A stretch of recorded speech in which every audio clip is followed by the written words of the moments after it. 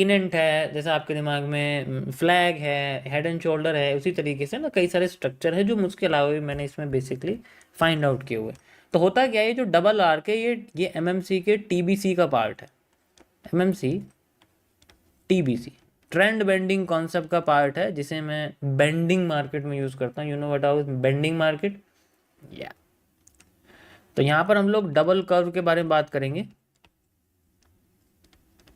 Double curve होता है जब हमारा कर्व, कोई एक कर्व फेल हो जाए, काम ना करे। ऐसे कंडीशन में अगर मार्केट हमारी इस तरीके से डाउन ट्रेंड आ रही है एंड देन उसके बाद हमारे पास एक कर्व बनता है जिसे हम लोग नॉर्मल बेंडिंग कहते हैं। नॉर्मल बेंडिंग पूरी होने से पहले ही मार्केट नीचे गिर जाती है। बेंडिंग यहाँ कंप्लीट होनी थी तो इतना पार्ट मार्केट का रह जाता है, ठीक है। और रहने के बाद इसे हम लोग, इस फेलियर को हम लोग एक और टाइम देते हैं मार्केट में, और उसके बाद ये थोड़ी छोटी बनती है एंड देन फिर बाद में अपने आप को रिकवर करना शुरू करती है, लाइक दिस, इस तरीके से। ऐसे केस में हमें जीबीपी जेपीवाई का वही सेम 2 आवर के टाइम फ्रेम पर 2023 के नवंबर दिसंबर का चार्ट देखने को मिलेगा। एवरी टाइम आपको यही मिलेगा 78% केसेस में, चाहे ये मार्केट पॉजिटिव जा रही हो चाहे ये मार्केट नेगेटिव जा रही हो, बात एक ही, ठीक है। We can see like this. तो मैं आपको दिखाता हूँ जीबीपी, कई बार दिखा चुका हूँ मैं, लेकिन एग्जांपल के लिए आपको पता होना चाहिए। It's one of the best chart, 2 hour time frame and 2023 में चलते हैं, ठीक है। वैसे तो पिछले कुछ सालों में कई बार बन भी चुका है, लेकिन ये ज़्यादा बेहतर है। You can easily see like this. ये आपको दिख रहा है यहाँ पर, ये देखो, ये क्लियर वही है, धीरे धीरे करके मार्केट ऊपर जाती है, देन फिर एक छोटी आर्क, फिर अपने आप को ऊपर कवर कर देती है। इस तरीके से ये बनता है। ये भी आपके सामने एक बैंडिंग ही है, ऊपर नहीं गई, फिर दोबारा नीचे बनाया एंड देन फिर बाद में वो चली। इसे आप कप एंड हैंडल कह सकते हो क्योंकि इसने अपना लो क्रॉस नहीं किया। ऐसे केस में जब मार्केट अपने पुरानी बेंडिंग को नहीं तोड़ के नीचे जाती तो उसमें लो क्रॉस नहीं हो, तो उसे हम कप एंड हैंडल कहते हैं। लेकिन इन केस अगर नीचे का हिस्सा टूट गया तो वो कप एंड हैंडल नहीं है, उसे हम लोग फेलियर बेंडिंग्स बोलते हैं। एंड देन फिर बाद में मार्केट हमारे सामने फिर से वही कंडीशन सेम रहती है कि वो जाती ऊपर ही अपने आप को लेके, ठीक है। देखो मैं बताता हूँ कैसे। जैसे ये मानो ये बेंडिंग है, यहाँ तक नहीं आई, मार्केट नीचे गई नहीं, फिर बेंडिंग बन गई एंड देन फिर बाद में अपने आप को ऊपर लेके चलेगी। बात वही अब भी सेम ही है, लेकिन मैं फिर स्ट्रक्चर को, ये वाले को आपको बताऊँ। स्ट्रक्चर सेम चलता है, काम यही करता है, लेकिन वो कभी कभी अगर फेल कर देगा तो हम उसको एक नाम नहीं बोलेंगे जो कि हम ओरिजिनली बोलते हैं, which is the cup and handle, उसको नहीं बोलेंगे फिर। इसे हम फेलियर नॉर्मल बेंडिंग कहते हैं, नॉर्मल बेंडिंग का पार्ट है, इस तरीके से। Got it? यो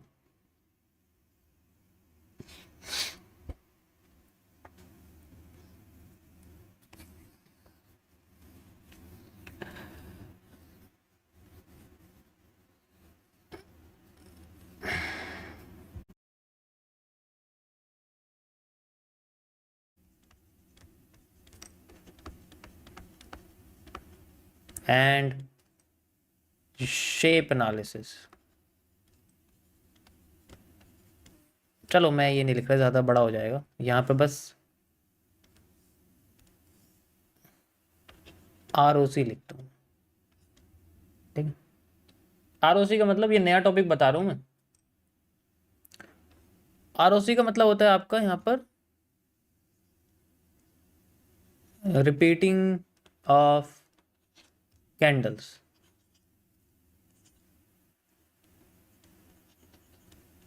अरे अपना नाम लिखने वाले सॉरी। तो हमारे पास में रिपीटिंग ऑफ कैंडल है, और यहाँ पर जो हो जाता है कभी कभी गाइस, गलती हो जाती है यार, माफ़ करो।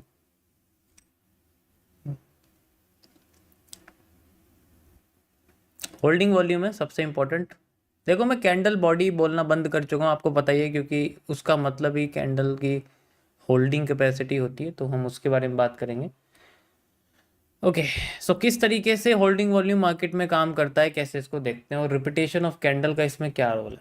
देखो एक चीज़ ध्यान रखो, अभी जो मैं आपको बताने वाला हूँ इसमें QFL, supply demand, after effect, जितनी भी तरीके के हम लोग वॉल्यूम एनालिसिस करते हैं, बीआर, सब कुछ भूल जाओ।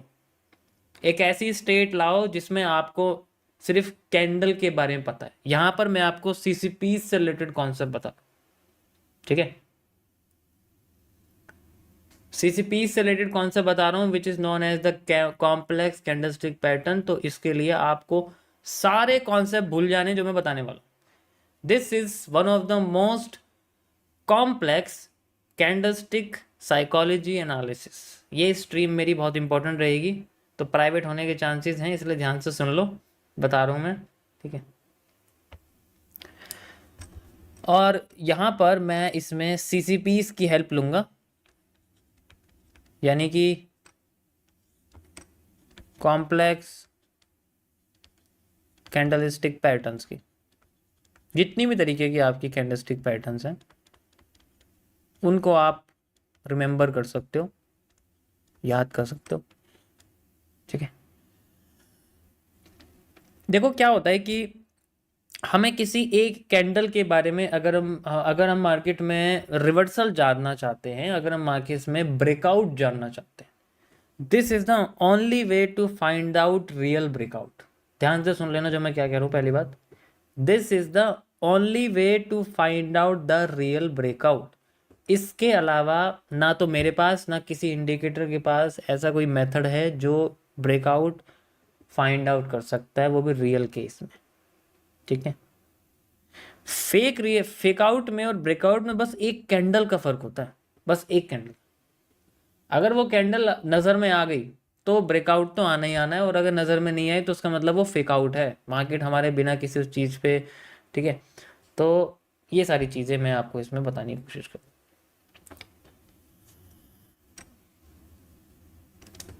कभी कभी हमारे पास कुछ ऐसे स्ट्रक्चर आते हैं जिनमें कुछ कैंडल्स ऐसी होती है जो रिपीट करती हैं। We have to find out the candle जो ट्रेंड को कंटिन्यू कर रही है। लेट्स इमेजिन, मैं आपसे कह रहा हूँ एक बुल ट्रेंड है हमारे पास, तो आपने देखा कि एक कैंडल है जिसका नाम है इन्वर्टेड हैमर। इस शेप की कैंडल है वो, और ये क्या कर रही है, ये कैंडल ट्रेंड को कंटिन्यू कर रही है, ट्रेंड को कंटिन्यू कर रही है। This is it. तो जब भी ये आती है मार्केट एकदम से उड़ जाती है, नीचे गिरी फिर उठ गई, फिर दोबारा यही कैंडल बन गई, फिर उठती जा रही है, गिरती जा रही है। कुछ नहीं देखना, कोई सपोर्ट रेजिस्टेंस नथिंग एल्स। अभी मैं क्या करूँ, सब कुछ भूल जाओ यार, कुछ भी जो बताया हो मैंने सब कुछ। यहाँ पर सिर्फ हमें कैंडल की बॉडी से मतलब है। जो कैंडल हमें ऐसा लग रहा है उठा रही है, ठीक है, ये धीरे धीरे करके पता लगेगा। जो कैंडल 2 से बार रिपीट कर रही है वही सेम काम कर रही है, इसका मतलब वो हमारे लिए इंपॉर्टेंट है, वो मार्केट को पुल कर रही। एंड देन एक वक्त ऐसा आएगा कि वो कैंडल अपने आप को या तो कमज़ोर करना शुरू करेगी या फिर अपने आप को फेल कर देगी। अगर वो कमज़ोर करके फेल कर रही है, कमज़ोर का मतलब इसकी बॉडी अपने से आधी कम हो गई, यानी कि आधी हो गई या ख़त्म ही हो गई या फेल कर गई, that means we have a real breakout, ठीक है। मैंने लाइव में बहुत सारी कैंडल्स ऐसी आपको बताई हैं, ठीक है। बताइए नहीं बताइए, लाइव में मैंने बहुत सारी कैंडल बताई है कि ये कैंडल कमज़ोर हो गई, अब भूल जाओ, मार्केट ऊपर जानी है, मार्केट वहाँ से नीचे गिर जानी है।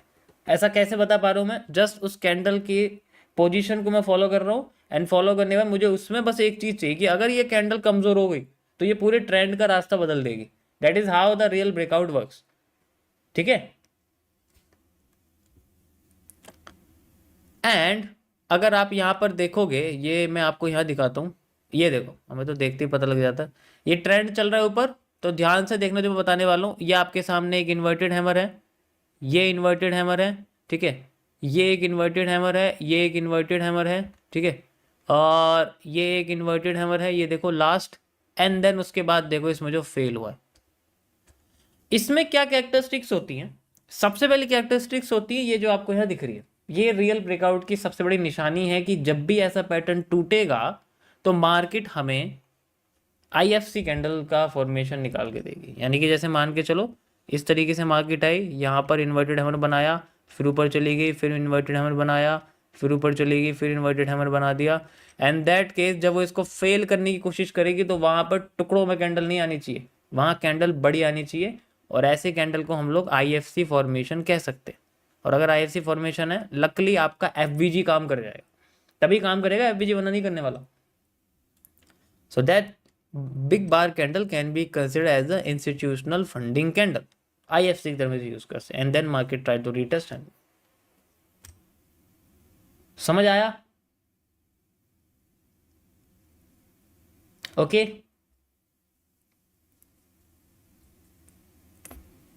Got it?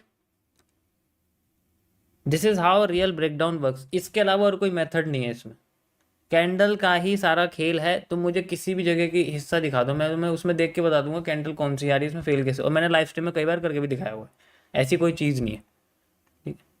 कई बार मैंने ये चीज़ करके दिखाई हुई है ओरिजिनली, आप कुछ भी पूछ लो उसमें आपको पता चलेगा कि मार्केट में यही सेम चीज़ फॉलो होती है। गोल्ड में आ जाओ, गोल्ड में देख लो, ठीक है? गोल्ड में मार्केट ऊपर गई है, यहाँ तो चलो बहुत सारी कैंडल हो गई, कैंडल थोड़ी छोटी हो तो पता भी चले, मतलब ट्रेंड अगर छोटा हो तो। अब ध्यान से देखो यहाँ क्या कर रहा है, यहाँ पर एक तुम्हें कैंडल दिखाता हूँ मैं, ठीक है? तो यहाँ पर हमारे पास में आ रहा है hanging man, hanging man, you can see the hanging main market को उठा रहा है, हैंगिंग मैन जैसा पैटर्न, हैंगिंग मैन, ठीक है? हैंगिंग मैन मार्केट को उठा रहा है। अब जरा टॉप पे आ जाओ, हैंगिंग मैन फेल हो गया एंड देन फिर से फेल हो गया। One of the largest candle IFC trend की सबसे बड़ी रेड कैंडल है, मार्केट रीटेस्ट कर रही है, FVG यूज कर रही है, एंड देन फिर नीचे आ गई, दैट्स इट। पूरी लिक्विडिटी जितनी यहाँ तक की वो पूरी खत्म कर दी, जहाँ से मैंने मार्क किया this is the last candle, and you can see the move. यहीं से मार्केट देखो उठती हुई जा रही है। जब हमें पता है कि बॉटम की कैंडल कौन सी है, then we can find out the candle जो कि हमें यहाँ पर ब्रेक करती हुई दिखाई। कभी कभी दो बार दिखेगी, कभी कभी तीन बार दिखेगी, ऐसा नहीं है, लेकिन टॉप पे अगर वो फेल हो रही है और उसके बाद एक हमें ऐसी कैंडल दिख रही है जो बड़ी है और वो रीटेस्ट करने के लिए ज़रूर आती है, ऐसा नहीं हो सकता कि हमें लगे यार नीचे गिर गई और नीचे गिरने लग जाएगी यहाँ से, तो रीटेस्ट करने नीचे आएगी, then we have FVG use कर सकते हैं, FVG सबसे बेस्ट है, नहीं तो हम लोग सप्लाई डिमांड या नी कैप यूज़ कर सकते हैं, बेस्ट। पर सप्लाई डिमांड ना यूज़ करें ज़्यादा बेहतर। अगर फेल हो ही गई है तो पता ही है हमें मार्केट में रिवर्सल तो आना ही है, and then we have the down. समझ आया? यहाँ तक समझ में आया?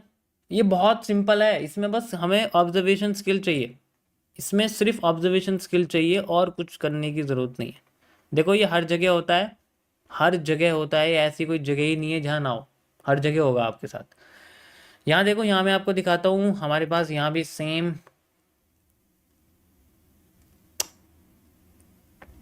हैंगिंग मैन बन रहा है, you can see hanging man, hanging man, hanging man, hanging man जैसा पैटर्न, चलो ये नहीं है मैं मान लेता हूँ, एंड ये हैंगिंग मैन, ओ बेचारा फेल हो गया।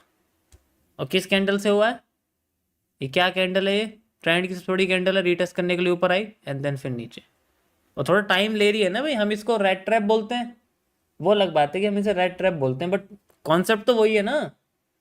अगर फेल कर गई रीटेस्ट करने के लिए प्राइस तो स्टॉप लॉस तो ऊपर तक का रहेगा, ऊपर तक का जो भी है, एंड देन फिर नीचे जहाँ से लिक्विडिटी क्रिएट हुई थी, जहाँ से सबसे पहली कैंडल आई थी, इसने ट्रेंड को उठाया था, वो हमारे सामने मार्केट की सबसे बड़ी एरिया है, एंड यू कैन सी यहाँ आते ही क्यों ये शांत हो गई, सबसे जहाँ से मैंने यहाँ से लगाया हुआ यहीं से आके शांत हो गई, इससे नीचे तो कुछ भी नहीं है, दैट्स इट।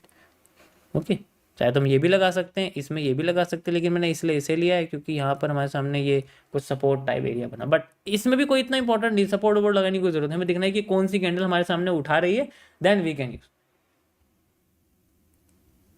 देखो जो ज़्यादातर कैंडल्स होंगी ना वो कोई सी भी हो सकती है, स्पिनिंग टॉप हो सकती है, स्पिनिंग टॉप भी मार्केट को उठा सकती है, अगर वो फेल होगी तो मार्केट फिर भी नीचे गिर जाएगी, हैंगिंग मैन भी उठा सकती है, हैमर भी उठा सकता है, और आपका डोजी भी उठा सकती है, तो इससे डिपेंड नहीं होता, ठीक है? इससे डिपेंड नहीं करता कि कैंडल कौन सी, कोई सी भी कैंडल उठा सकती है, बस वो रिपीट करनी चाहिए, अगर वो ज़्यादा रिपीट कर रही है देन हमारे पास उसमें थोड़ा अलग मेथड जो है बेसिकली चलेगा, या चेंज ऑफ करेक्टर आप इसको कह सकते हो। देखो बात तो वही रहेगी, अलग तो कुछ होने वाली है नहीं, बात तो वही रहेगी। सर ये सेल साइड के लिए सेम है, हाँ देखो मैं 50% आपको मार्केट बताऊंगा, बाई साइड वाली सेल साइड वाली सेम ही है, बाय साइड वाली, सेल साइड वाली इसको रिवर्स कर दो, सेल साइड हो गई। शूटिंग स्टार उठा रहा है इसका, हैंगिंग मैन उठा रहा है, इसका मतलब शूटिंग स्टार गिरा रहा है। समझ आया? देखो ये छोटी सी चीज़ है लेकिन ये बहुत पावरफुल है। प्रूफ मेरे पास है, ऑलरेडी लाइव में कई बार करके दिखा चुका हूँ, इसलिए इसको हल्के में मत लो। कभी कभी हमें सप्लाई डिमांड या क्यूएफएल लगाने की ज़रूरत नहीं पड़ती है। We have to just focus on the previous candles. अगर उनमें कमजोरी दिखती है तो हमारे पास ट्रेंड की रिवर्सल का रीज़न सबसे बड़ा उनकी कैंडल की बॉडी ही है, उनकी होल्डिंग वॉल्यूम ही है। अगर वो कमज़ोर पड़ गई तो ट्रेंड अपने आप कमज़ोर हो जाएगा, वो नहीं जाने वाला ऊपर। जब तक हमें सप्लाई मिलेगी देन हमें रिटेस्ट मिलके ट्रेंड अपने लास्ट लिक्विडिटी तक लेके आती रहेगी। समझ आया?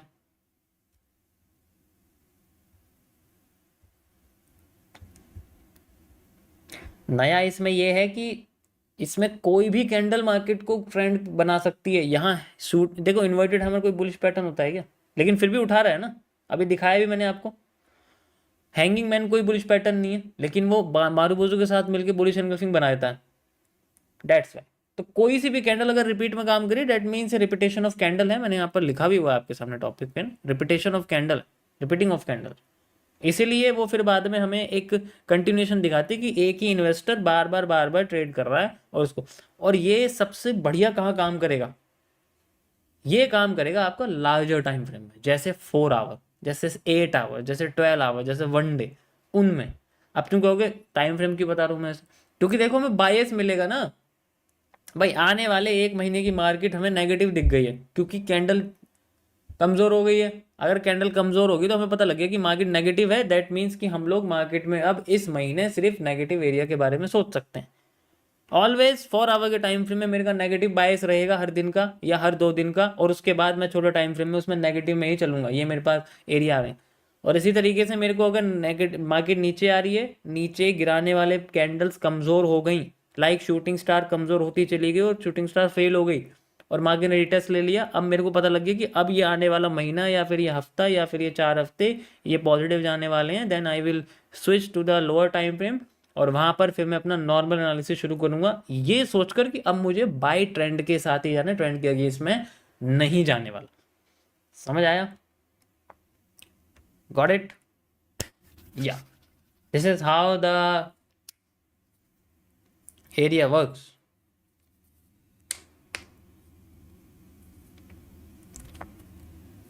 Got it guys? मज़ा आया?